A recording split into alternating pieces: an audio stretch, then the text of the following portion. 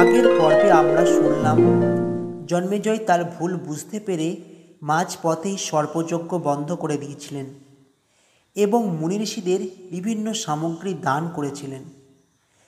মুনি ঋষিরা দান সামগ্রী পেয়ে যে যার স্থানে চলে গেলেন, কিন্তু তাদের মধ্যেই একজন ব্যক্তি যার নাম উগ্রসভা, যিনি কিনা পুরাণ বিশারদ, একজন পৌরাণিক, তিনি কিন্তু বাড়ি ফিরলেন না। জন্মেজয়ের সর্পযজ্ঞ থেকে সোজা চলে গেলেন সমন্ত পঞ্চকে, যেখানে কুরুক্ষেত্রে যুদ্ধ হয়েছিল। তিনি সমস্ত জায়গা ভালোভাবে পর্যবেক্ষণ করে খুঁটিনাটি বিষয় লক্ষ্য করে তারপর গেলেন নৈমিষারণ্যে, যেটি বর্তমানে উত্তরপ্রদেশের সীতাপুর জেলায় অবস্থিত। লখনৌ ছেড়ে মাইল পাঁচেক উত্তর পশ্চিমে গেলে আজও আপনারা দেখতে পাবেন তীর তীর করে বয়ে যাচ্ছে গোমতী নদী, আর এর পাশেই অবস্থিত নৈমিষারণ্যের সেই তপবন। গোটা ভারতে নৈমিষারণ্যের মতো এত বিশাল এবং এত সুন্দর তপবন বোধহয় আর দ্বিতীয়টা ছিল না। জায়গাটাও ভারী সুন্দর, ময়ূর, কোকিল আর হাঁসের ছড়াছড়ি, গরু আর হরিণ একই সঙ্গে চড়ে বেড়াচ্ছে।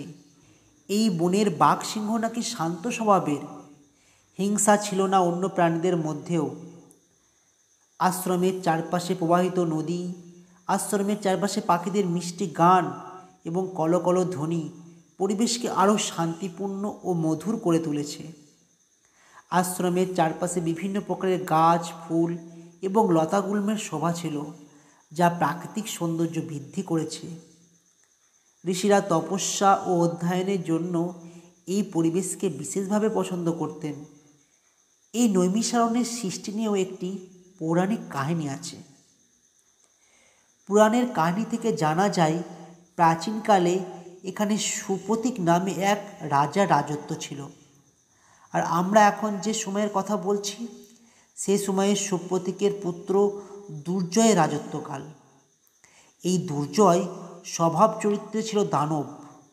দানব মানে আচার ব্যবহারের দিক থেকে তার চরিত্র ছিল দানব বা দৈত্যদের মতো। সোজা কথায় অমানুষ বলতে আমরা আজকের দিনে যা বুঝি, পৌরাণিকরাও তাদেরকেই দানব বলতেন। রাজা সুপ্রতীকের ছেলে দুর্জয় ছিল তেমনই একজন দানব।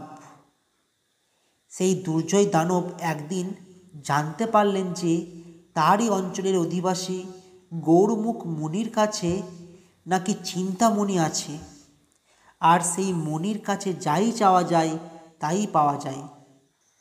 দুর্জয় দানবের কুনজর পড়ল সেই মণিটির দিকে।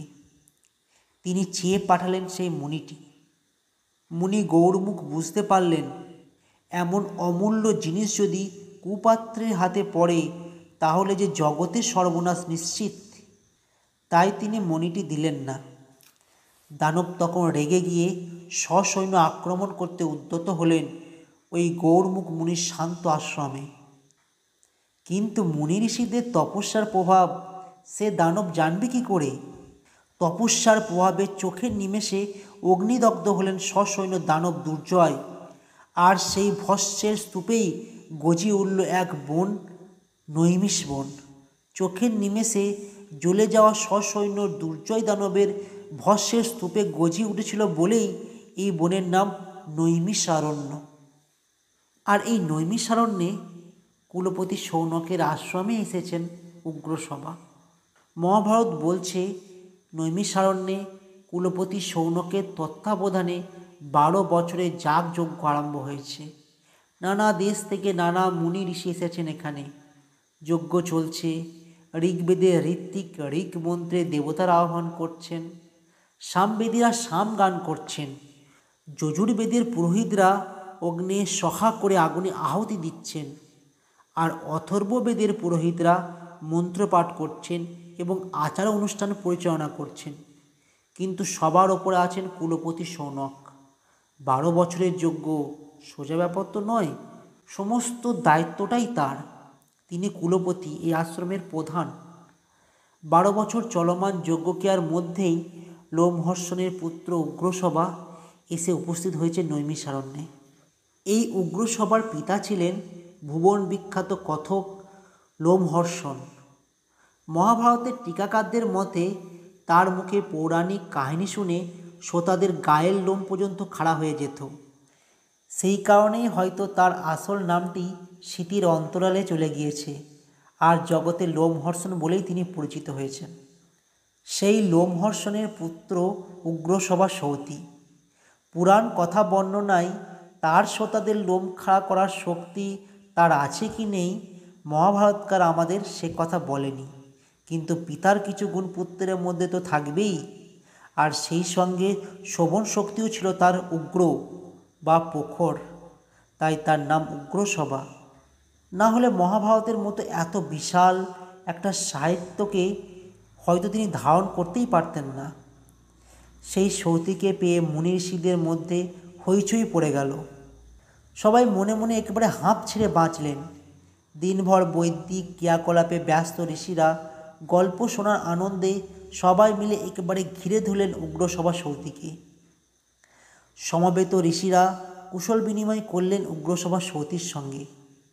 মানুষটি যখন একটু পথশ্রমের ক্লান্তি কাটিয়ে উঠলেন, মুনি ঋষিরা তখন একেবারে বলা যায় প্রশ্নের ঝাঁপি খুলে বসলেন। তখন তারা বললেন, কোথা থেকে আসছো সৌতি? এতদিন কোথায় কোথায় ঘুরলে? তিনি বললেন, পরীক্ষিতের ছেলে মহারাজ জন্মেজয়ের সর্পযজ্ঞ চলছিল, আমি সেখানেই ছিলাম। সেখানে মহর্ষি বৈশম্পায়নের কাছে মহাভারত কথা সবিস্তারে শুনলাম। তারপর সর্পযজ্ঞ সেরে এ তীর্থ সে তীর্থ ঘুরে পৌঁছালাম সমন্ত পঞ্চকে, সেই যেখানে কৌরব পাণ্ডবদের যুদ্ধ হলো। সব দেখার পর মনে হলো একবার আপনাদের সঙ্গে দেখা করে যাই, তাই চলে এলাম। বলুন আপনারা এখন কি শুনতে চান? অপরদিকে ঋষিরাও বুদ্ধিমান।